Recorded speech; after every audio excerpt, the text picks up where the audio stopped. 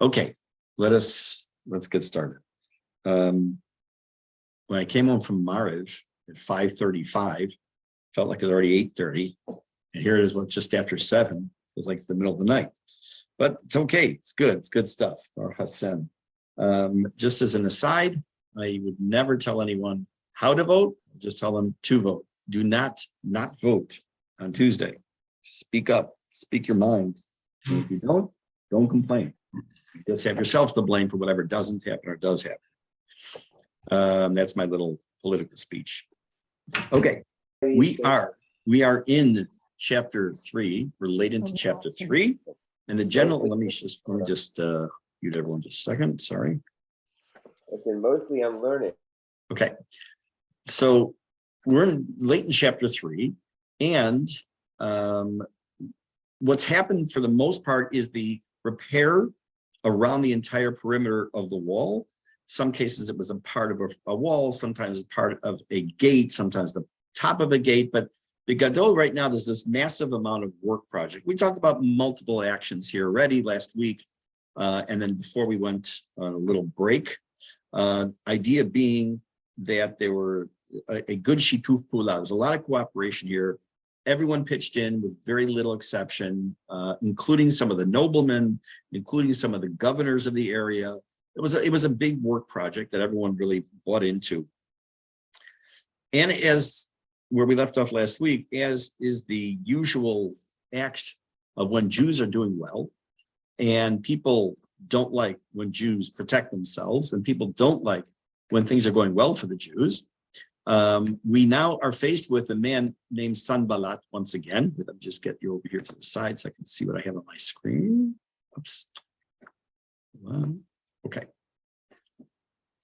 So I just want to put the text up on my screen.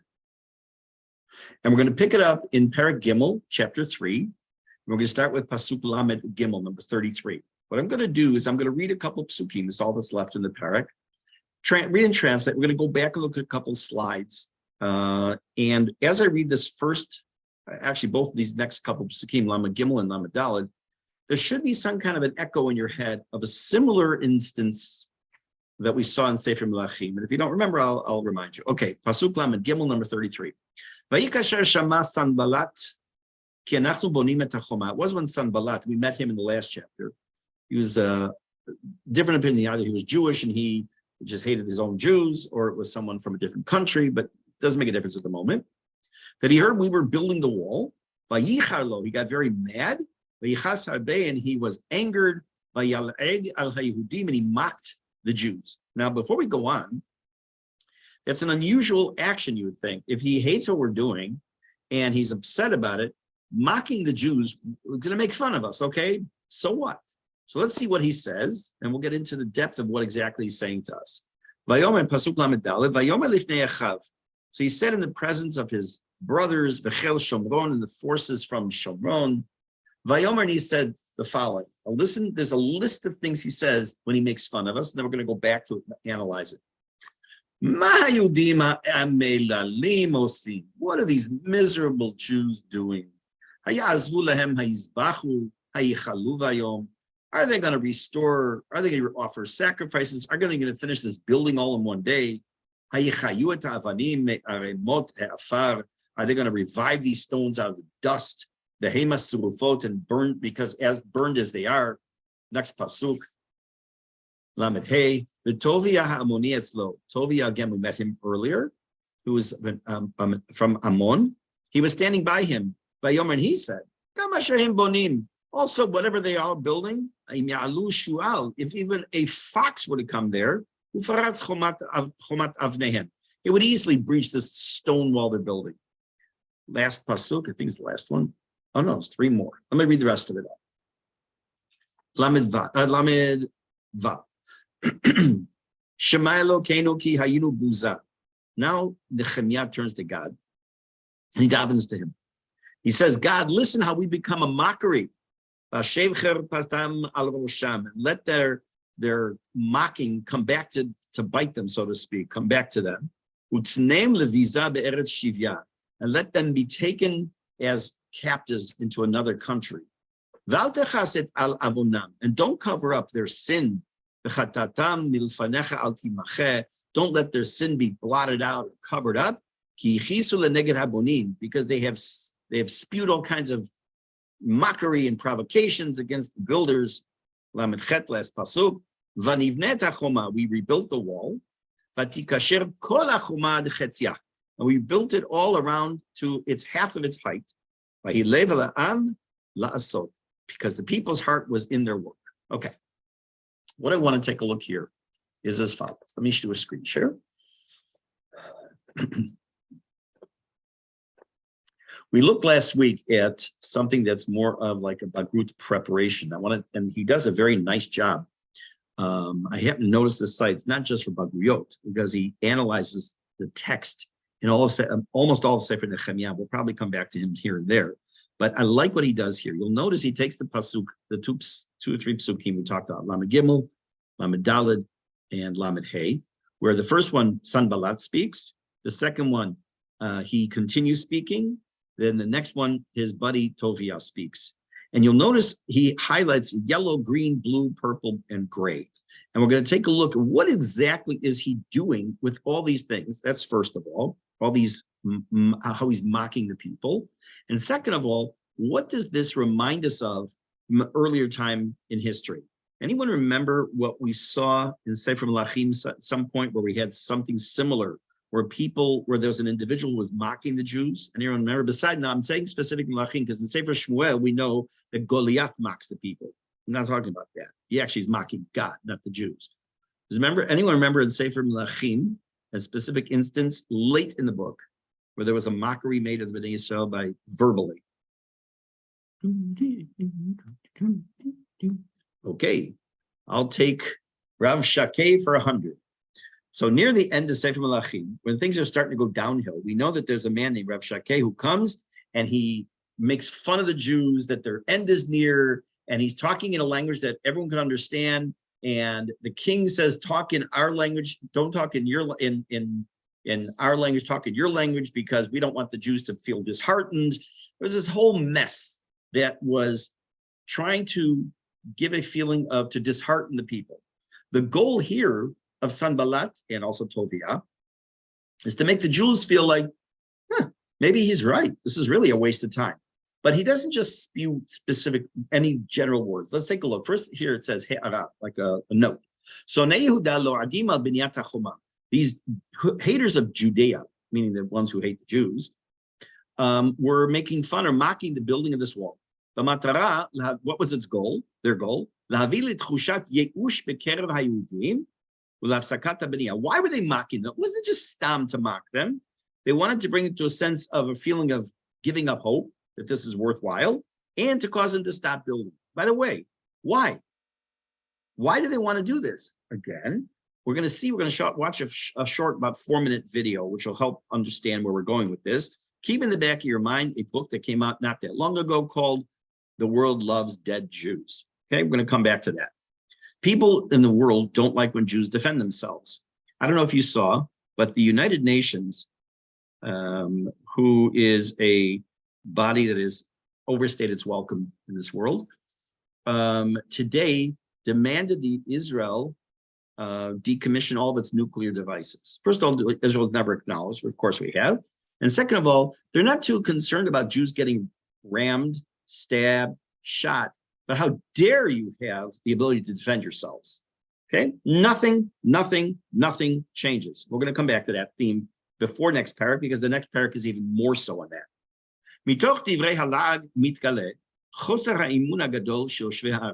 As a result of this mockery, it becomes clear, or becomes uncovered, a lack of trust, a very big lack of trust of these people living here. The abilities of these people living in Yerushalayim. You're going to see, especially in the next chapter, and a little bit here, we've already seen it, that there is a lack of belief that they can really finish this job. So now let's take a look. Here's how he analyzes. What is it exactly that Sanballat and then Tovia are saying with their statements? Haya azvu lahem. What does he mean by that? He says,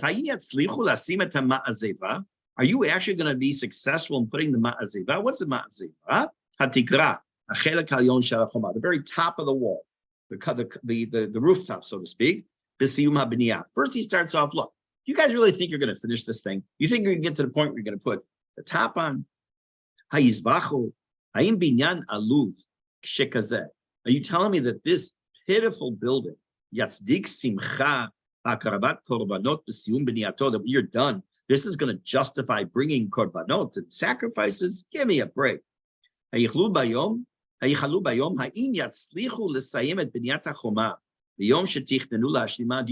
think that you're going to finish this building, this wall, on time? Doesn't mean biyom, meaning in one day. It means on that day, meaning on a specific day that you plan. Meaning, do you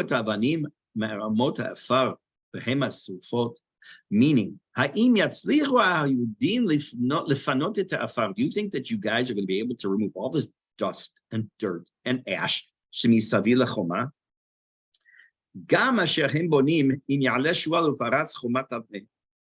Tovia added to this. Besides, in addition to mocking, he says, even if you do finish this wall, go ahead, build your stupid wall. But you know what's going to happen? Even if a fox were to come by, he would be able to come through and just bust through your wall. The wall that you're building is so weak. Even a fox would be able to knock it over. How much more so? It would not be able to protect those living in Jerusalem from an enemy that would attack them. Of all the things, he chooses a shu'al. He chooses a fox. The shu'al, or the fox, appears multiple times in Jewish literature, in Talmud, a little bit in Tanakh, and probably the most famous, which I'm sure you all know the story, is the story at the end of Masechet Makot, when Rabbi Akiva and his friends are standing looking out towards Har Habayit after this destruction of Beit HaMikdash, and it talks about the discussion between, I'm not going to get into it now, you can always look it up, between Rabbi Akiva and his friends. Rabbi Akiva is laughing and smiling, and his friends are crying, but there's a shu'al. It says, and one of the lines it says in there, that the place of the Kodesh HaKadashim, the Holy of Holies, where if someone were to go, that it says, Hazara Karev Yumat, if someone was not the Kohen Gadol, would walk on that spot, he would die. Now foxes are traipsing on it or walking on it. So this theme of foxes comes up multiple times, and it appears here also. I actually came across I'm not going to go into it, came across I guess a paper, whatever you call it, that discusses the appearance of the word shu'al many times.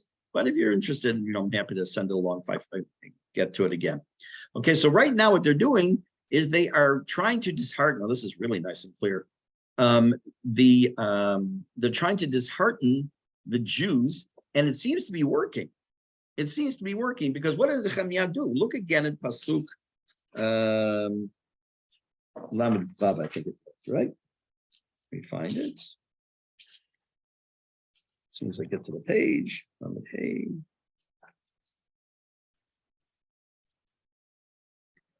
Lamed Vav. It must have stung enough, not stunk, stung enough that Nehemia felt he had to daven to God, that they were in trouble. Look again at Lamed Vav. Shema Elokeinu ki hayinu buza. We've been like disheartened. We've been made mock. We've been mocked. So what? Imagine you're walking down the street. Okay, I'll give you a good example. I wear these big old sunglasses when I'm outside sometimes. They're like really like big. And every once in a while, especially kids, will make fun of them. I don't care. What am I going to go and daven to God? Oh my God, he made fun of my sunglasses. Please, rain down, Gofrit v'melech. No, it's stuyot. So what happens? So these people are making fun. They say, well, you're going to build a new place. The foxes are going to be able to knock it down. Their response should have been like, ufu mipo, get out of here. But evidently it did cut to them. It cut into their heart. So he has to daven to Hashem. Let's take a look at this he'ara on the screen. He'ara. Yes. On a practical sense, working with stone is very heavy and very hard. If you're really not used to it, it's hard work. And I suspect if all these people are volunteering to do it, they are not professionals. So Yes. they're having a hard time doing it. Mhm. So that could be they're just disheartened because if you're Okay, not, so I would accept that except for one thing. Okay, let's go back. It's late 1800s, early 1900s. And people who came from Russia and the Eastern Europe on the first waves of Aliyah, we know one of the biggest problems they faced, besides the malaria and all that stuff, was they didn't know the first thing about agriculture. They didn't know about anything, yet they schwitzed and they worked and they did and they built. In some cases, they were failures. In some cases, it was a success because they were motivated. Here you have people who were definitely, you're right, they were not miktsoi. They were not professionals. But out of a sheer love, look, I'm not weak. I'm a weak guy. I'm not the strongest guy in the block. But if I needed to do something for the Beit HaMikdash, for the city of Yerushalayim, and if I knew my family's life depended on it, because that's what this is talking about, I would break my back to do it. So on the one hand, you're right that because they needed almost just a little bit of a push, and they say, okay, fine, you can't do it. You're right. On the other hand, it's almost counterintuitive because they were so motivated, and they also were doing this shitu pula. They all tried to do a similar amount, so this one wouldn't think this, and this one would think that. So I think it could go both ways. It's a good point, though. But let's continue here. Take a look at this tguva. It says here, in response to this mocking of the people by the enemies. Sorry for it's not being clear. That's what happens. I do this early in the morning and I save it.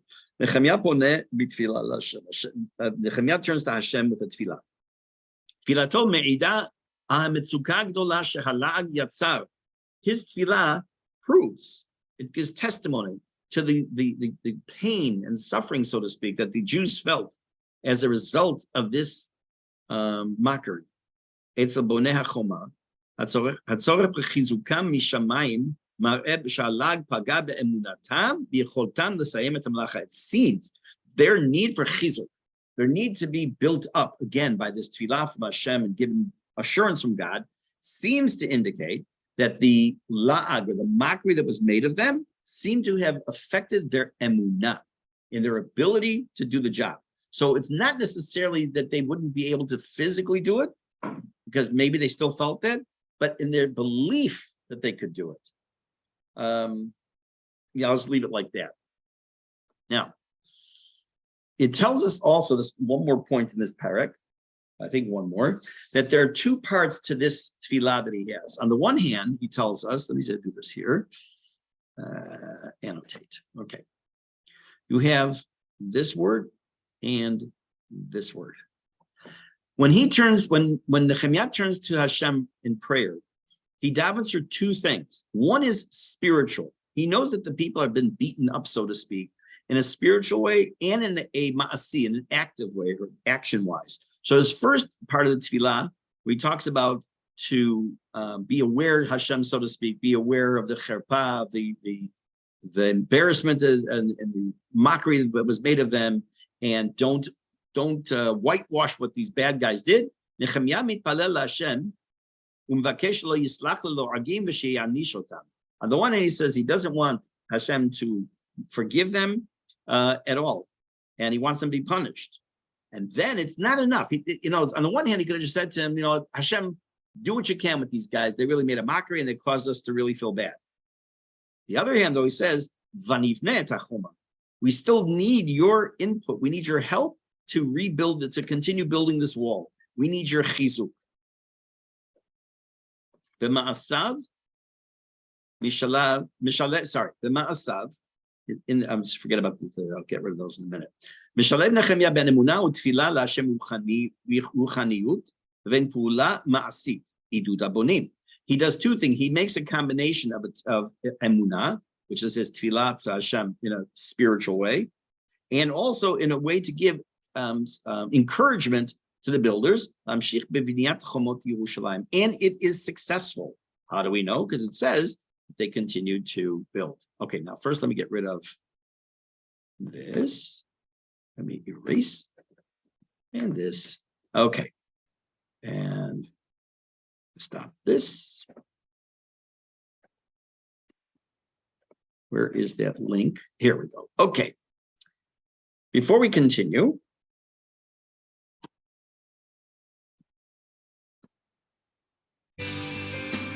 okay, let me explain to you what this is. This is a Rabbi Elisha Mendel. I've heard of him, but I don't follow him or anything. I came across this. He talks, the purpose of this 4-minute video is to give a bit of a book review of a book called People Love Dead Jews. But it also is important, besides what he quotes from this book and his perspective on the book, it also is the message, what it's about. And before we do the next chapter, this has a very good conclusion to the chapter we just did, and a very good introduction to the next chapter. And after we watch this and we read a few psukim of the next chapter, you'll understand why.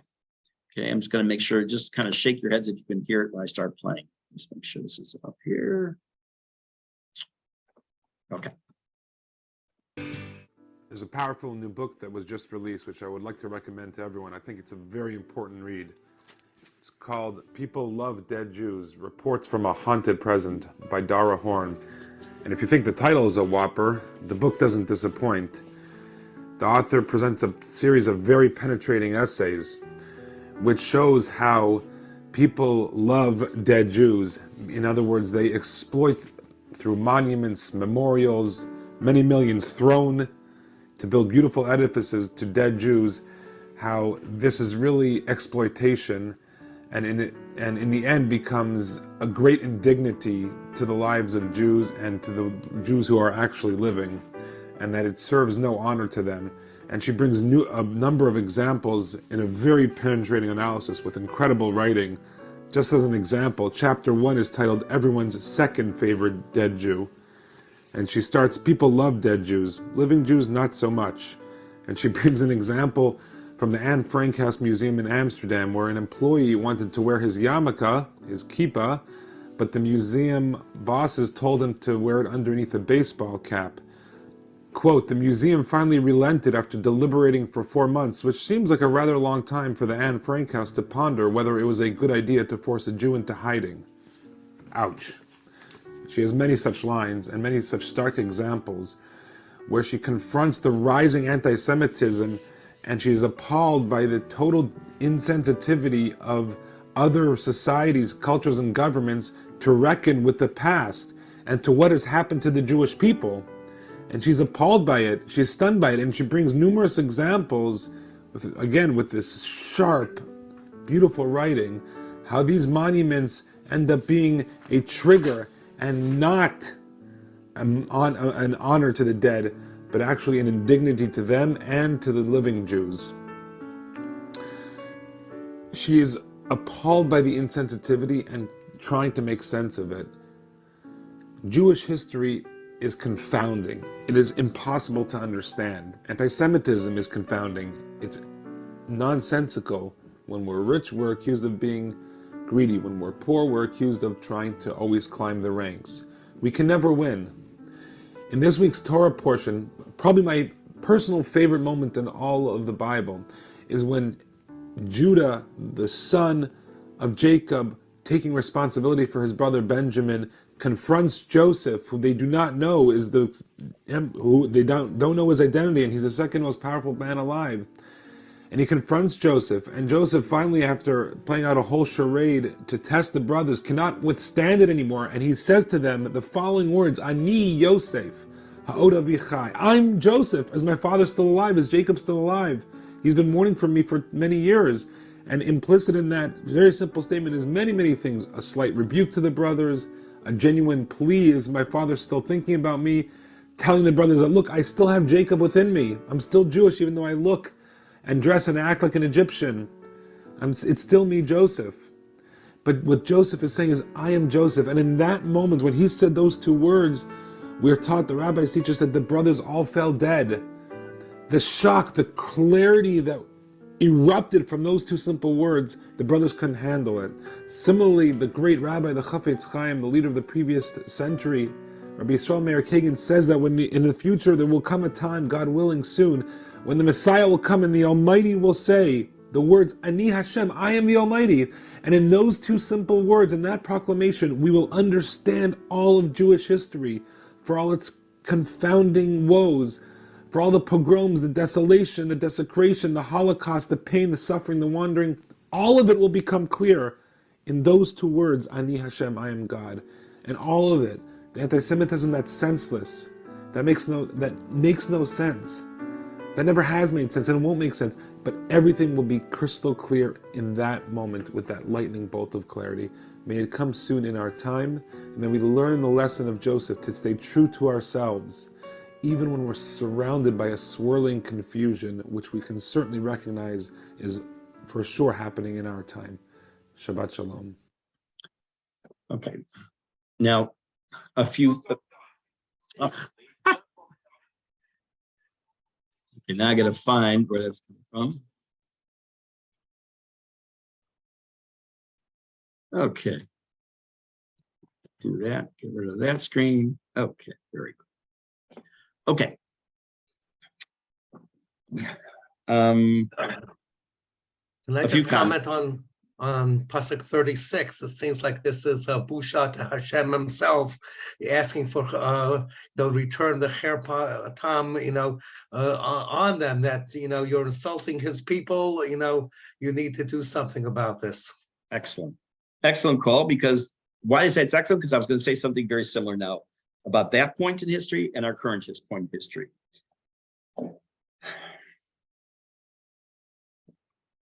What you said is right, because when the Jewish people are mocked, it's Hashem being mocked. We are Hashem's children. Everyone, the whole world is Hashem's children. We're his special favorite children. We know that. We're the Am HaNivchar. Unfortunately, we don't always act like the chosen people, but we are still the chosen people. When something is done to ridicule the Jews, as in this case, it's also ridiculing of Hashem. And yes, you read it exactly correctly. Same thing is true today. I can't speak for anyone else except for myself. And I'm going to tell you, I've never discussed this, I don't think, with anybody. But I want to tell you how I feel when there's an attack, a physical attack against us, whether it's a terror attack, which unfortunately we've seen multiple in the last few days, or being attacked by anti-Semites, by Jew haters, which is a much better word, I think, whether it's the United Nations, whether it's the president of another country, whether it's the king of another country, whether it's an actor, whether whoever it is, I take it very personally, not for Zev Shandel, not for me, but for Hashem. I feel that it is a spit in the face. Let's put it into a different category, a different situation. Let's say you are at a playground and you have your child at the playground, or your grandchild at the playground, or your great-grandchild, and someone comes over and spits in that kid's face. It is not just that that kid has been hurt, that parent or grandparent feels a sense of being attacked because their child has been attacked. It's an attack against the whole family. It's an attack not just on that child. When every single time I read something as stupid as the United Nations demand of Israel denuclearize, whatever the word is, or another stupid, terrible utterance that they make, or someone like Kanye West, Yamashimo, what he makes, all these stupidities that are going on, I take it very personally on behalf of Am Yisrael and Hashem. And that's how we really should be looking at this, because the point of that book, no one loves dead, everyone loves, or the world loves dead Jews. Whereas it's a very powerful title for a book. Sorry, I didn't think of it. It's a very powerful title for a book. It's sadly true. During the times that there have been rockets coming, and you'll see why this is all exactly straight out of the Tanakh. I mean, what we're learning now, what we'll continue hopefully still this evening. During the time that there were rockets coming in from Gaza, probably the most common complaint against Israel around the world was that it was disproportionate response. They shoot one missile, they shoot 100 missiles, whatever, and we blow them to smithereens, because take a look at the numbers. We killed X amount and they only killed Y. Meaning, if there was more body count than the Jewish side, okay, maybe that's a little bit more okay. we need more dead Jews to make the game to level the playing field. So I had a thought. I actually saw someone else post this a few years ago, but I had this thought. I thought first, we would get killed for this, in quotes. If they want a proportionate response, fine. For every rocket that's shot indiscriminately into Israel, shoot a rocket indiscriminately into Gaza. That's proportionate. It's 1 for 1, with no trying to knock on a building and warn the enemy in advance. But as soon as Israel would do that, the very, very first time, we would get vilified, and there'd be a UN condemnation, and everything would come raining down on us, even though these Yamach Shemams did the same thing to us. Why? Because number one, the world doesn't like when the Jew defends himself. And number two, the world loves dead Jews because the body count is too low on the Jewish side. So people have made this kind of statement, so that if you wanted to, so they say that the disproportionate result of World War II, there should have been a lot more dead bodies on the Allied side to make it proportionate to what we did in Japan. The Allies did in Japan. It's war. We're in a constant war. We've been at war since the day the Jews have been born, basically. Since the time of Avraham Avinu, this week's parasha, and Avram is told to make aliyah. He stands to the challenge. He goes through 10 nisyonot, or 10 tests, passes every single one with flying colors, gives birth to the Jewish people. And since day one, we've been under attack. And it could be in Torah, Nevi'im, Tuvim, whether it's in Megillat Esther, whether it's in Sefer Melachim, Sefer Shoftim. It is constant. It is who we are. There is absolutely, positively no reason why there should be Jews in this world now. If you just look at history, forget who we are and what we feel and what we stand for and everything else. Put that all aside. Put all the emotion aside. Look at Jewish history. There is no reason that the world should have even the amount of Jews we have. But what we have, Cain Yerbu, should continue to multiply 1,000-fold. And they should all come to Israel. But why? Why is it? Because, as the Mishnah tells us, we have no one to rely on except Hashem. Hashem is going to always be there for us. We don't always see it, as we saw in Megillat Esther. We don't always feel it. But when you look back just to the last time when we had rockets raining down on us, not that long ago, thousands and thousands and thousands of rockets, B'li Ayin Hara, chamsa, a million times over, almost very few casualties on our side. Because of the Iron Dome, because of preparation, because of everything, of our warning systems, but because Hashem's with us. We say it every day, except certain times we don't say Tachum, etc. We say right before Valetzion, they come with their chariots, they come with their horses, they come with their tanks, they come with their bazookas, they come with their Scud missiles, whatever they come with. Who do we come with? We come with our tanks, and we come with our missiles, and we come with our Iron Dome, but we come with one more thing they don't come with, and that's Hashem. Yes, they're going to claim they have a certain being on their side. Not true. We know it's not true. Do they seem to win sometimes the terror war? Definitely. Do we seem like we're having problems now? Absolutely. We have an option to make a difference, Bezrat Hashem, tomorrow, Tuesday. But why? Where's all this coming? Why am I talking about all this? Because if we take a look at this last couple of psukim, what happened? Sanballat and Tobiah are really mad. The Jews, oh my God, they're defending themselves. How can that be? And they want to stop the work, and they think they're successful. And what happens? Nehemia turns to Hashem, davens to Hashem, and they continue working. What happens now? Take a look at the beginning of the next chapter.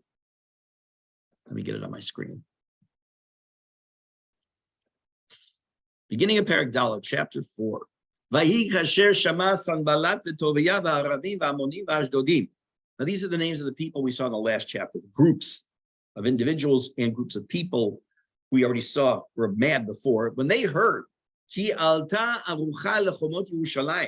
that the walls of Yerushalayim have been healed, I'll explain in a minute, that the breached areas were being filled in, they got very mad. Read one more pasuk, bet, number 2. And they conspired together. To do what? To come and fight against Yerushalayim and to throw it into a sense or state of confusion.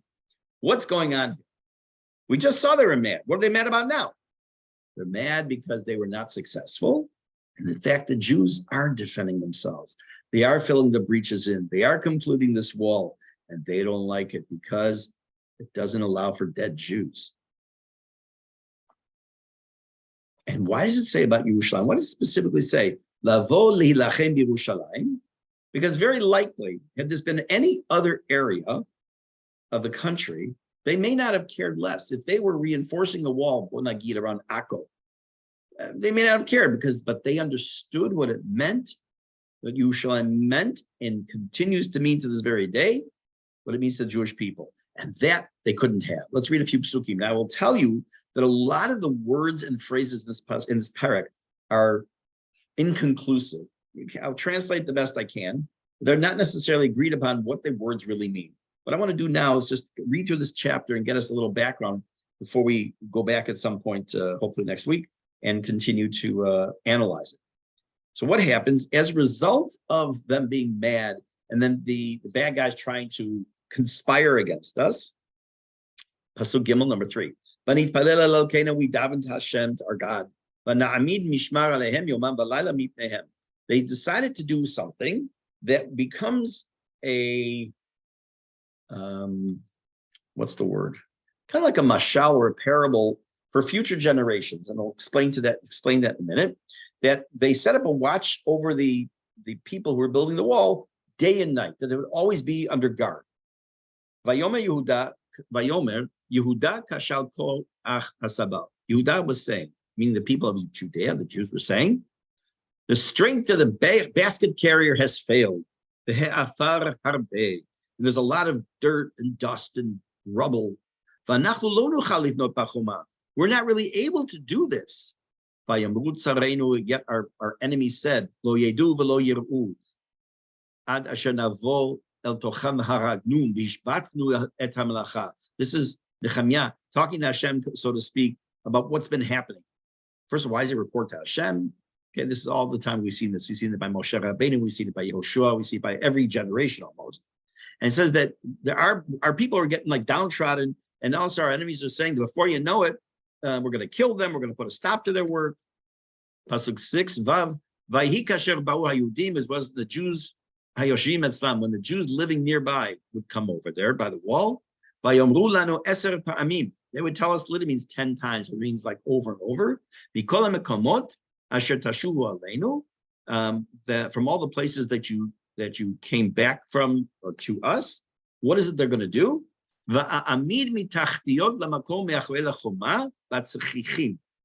I placed or positioned on the lower levels of the walls and behind the walls people on bare rock. What did I do there?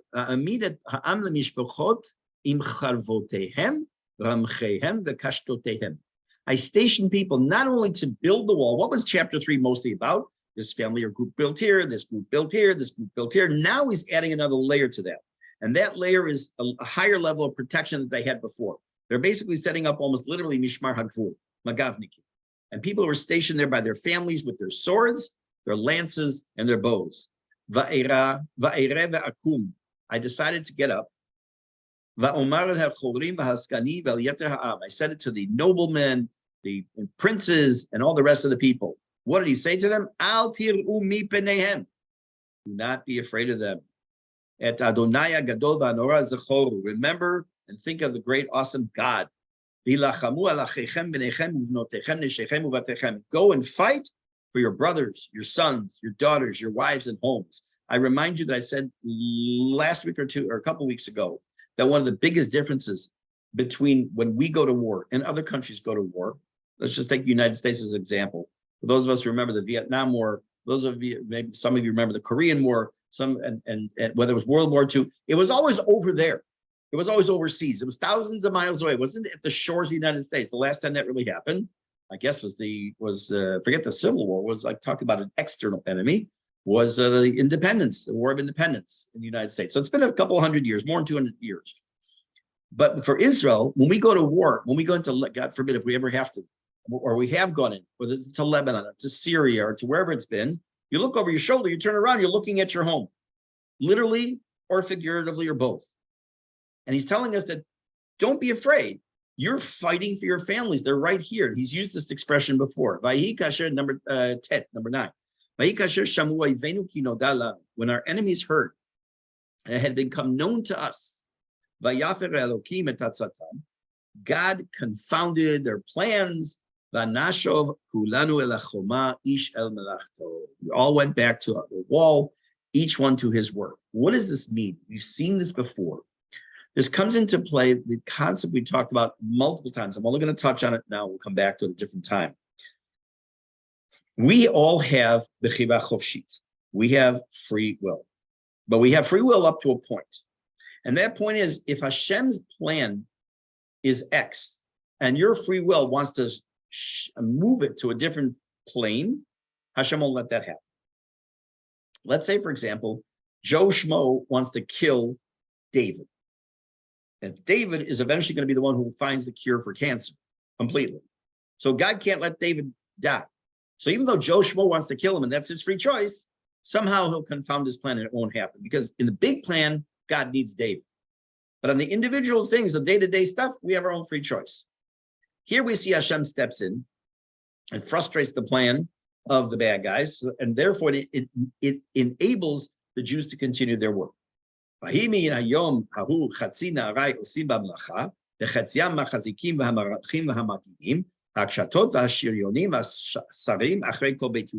day on, half of the servants worked, half of them held the lances and shields and the bows and the armor, and the officers stood behind the house of Yehuda. What were they doing? I love this next line, and this is what I'm going to come to conclude with tonight. Habonim b'choma, those people rebuilding the wall, v'hanosim b'sevel omsim, and the ones who were carrying the heavy baskets, v'achad yado oseh b'mlacha, with one hand he was doing the work, v'achad machazeket hashalach, and the other hand he was holding a weapon. What does this mean? This is what I was saying is indicative of who the Jewish people are. We understand that we cannot just focus on what needs to be done. We also have to always take into consideration we're in a bad neighborhood. And that means one hand on the building tools and one hand on the ammunition, so to speak. It can be taken in so many directions, that idea. And it doesn't ever exempt a group of people from protecting our land. It doesn't ever exempt a person from saying, Stam, not my job, not my problem. Because once you live here, it is your problem. It is your issue. You have to be involved in any way possible to help your fellow Jews. Because for every fellow Jew out there, there's exponential amount of people who don't want to see you here in this country or even in this world. That's a sad fact. That's what chapter 3, the end of chapter 3, the beginning of chapter 4 really start to tell us. That what happened 2,000 years ago happens today. Just different words, different tools, different enemies, different implements. It's all the same thing. We don't want Jews defending themselves. When they defend themselves, we're going to step in. The Jews have to protect themselves because tachlis, when it comes down to it, there's no one else is going to be here to save us. No one else is going to protect us except Hashem and ourselves. That's it. We cannot rely on any other country. We can't rely on any other people. We can't rely on anything except our own selves. And that's part of the message of this particular last part of the chapter there and this part of the chapter here. I just want to double check next Sunday. I have Baruch Hashem multiple smachot coming up. I don't think on Sunday. Let me just double check before I shoot my mouth off. That would be the 6th. Oh, I do. Next Sunday night, I have a wedding. I won't be here. Maybe we'll try and do it a different night that week because I don't want to go 2 weeks. I'll be in touch with everybody, Bezrat Hashem, before that. We'll see if we can choose a different night that may work out. If it does, great. If it doesn't, okay. Have a Shavua Tov. Have a wonderful evening. And thank you very much to everybody for being here tonight.